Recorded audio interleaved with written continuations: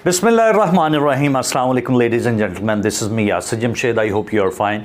जहाँ रहें शाद रहें, आबाद रहें, अपनों के साथ रहें, शुक्रगुजारी में रहें। दोस्तों, आज हम इंग्लिश लैंग्वेज लर्निंग के हवाले से एक बहुत ही अहम टॉपिक को डिस्कस करेंगे अपने इस डे 1 में। दोस्तों, आपने 3 चीज़ों को आइडेंटिफाई करना है, 3 प्राइमरी चीज़ों को आपने आइडेंटिफाई करना है जुमले में। कोई भी जो बात होती है, जुमला होता है, उसमें 3 चीज़ों को आपने आइडेंटिफाई करना है। First thing is verb. Verb कहते हैं काम को, अमल को। कोई भी जो बात है, ये जुमला है, उसमें सबसे पहले आपने वर्ब को डिफ़ाइन करना है कि काम क्या हो रहा है। दूसरा, आपने देखना है कि वो काम किस पर हो रहा है, यानी उस काम का करने वाला। जिस तरह टीच से टीचर, मेक से मेकर, ड्राइव से ड्राइवर, ड्रिंक से ड्रिंकर, इसी तरह डू से डूअर, करने वाला। पहला पॉइंट आपने क्या देखना है, आपने काम आइडेंटिफाई करना है कि जुमले में काम क्या है, कोई भी बात जो है उसमें अमल क्या है। दूसरी, आपने बात आइडेंटिफाई करनी है कि उस बात का, उस काम का करने वाला कौन है, डूअर देखना है आपने। क्लियर।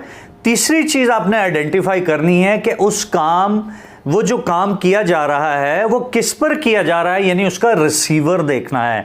मैं इसको मजीद एग्जाम्पलीफाई करूंगा एक एग्जाम्पल के साथ। एक जुमला है, सपोज असलम खत लिखता है। क्या कहा मैंने?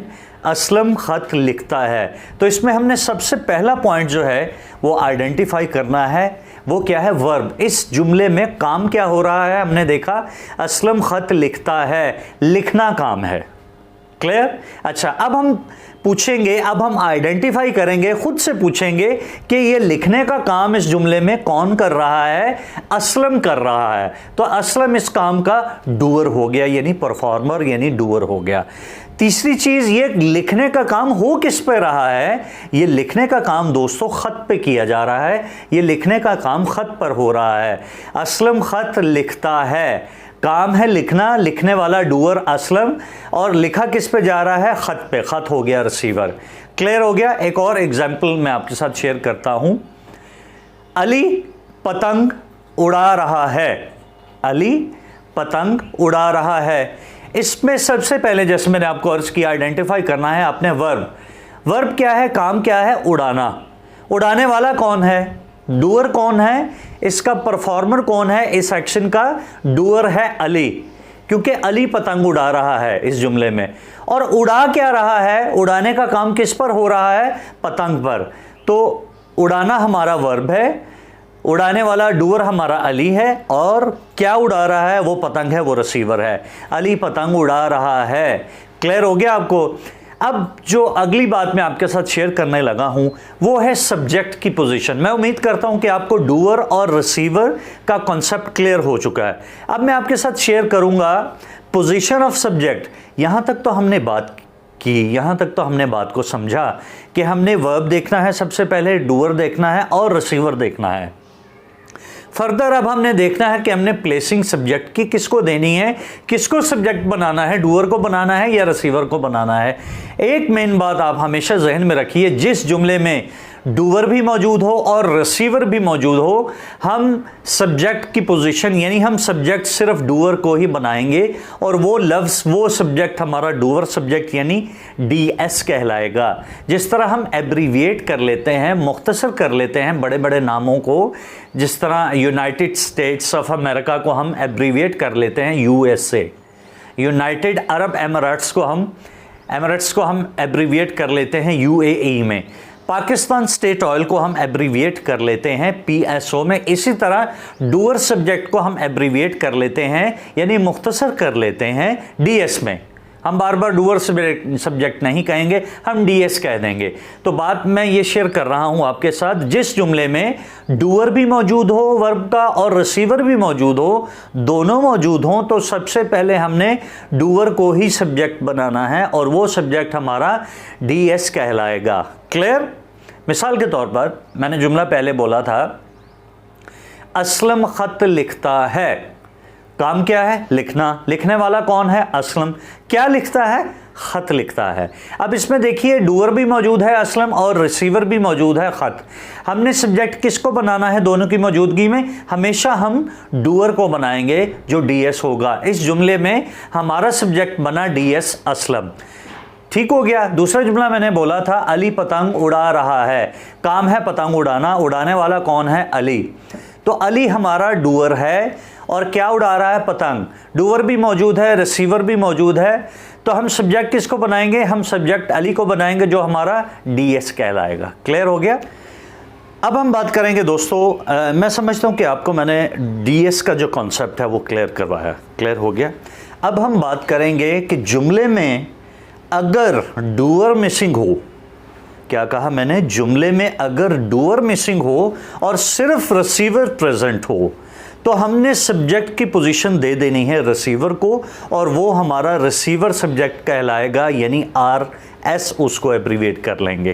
पहले हमने सीखा डीएस यानी जुमले में काम के करने वाला और जिस पर काम किया जा रहा है वो काम के करने वाला डूअर है और जिस पर काम किया जा रहा है वो रिसीवर है। अगर जुमले में दोनों मौजूद हों तो सब्जेक्ट हमारा बनेगा डूअर और वो डीएस कहलाएगा। अब मैं बात कर रहा हूं अगर जुमले में डूअर मिसिंग हो तो हमारा सब्जेक्ट यानी हमारे सब्जेक्ट की पोजीशन कहलाएगी आरएस की, वो हमारा रिसीवर सब्जेक्ट कहलाएगा।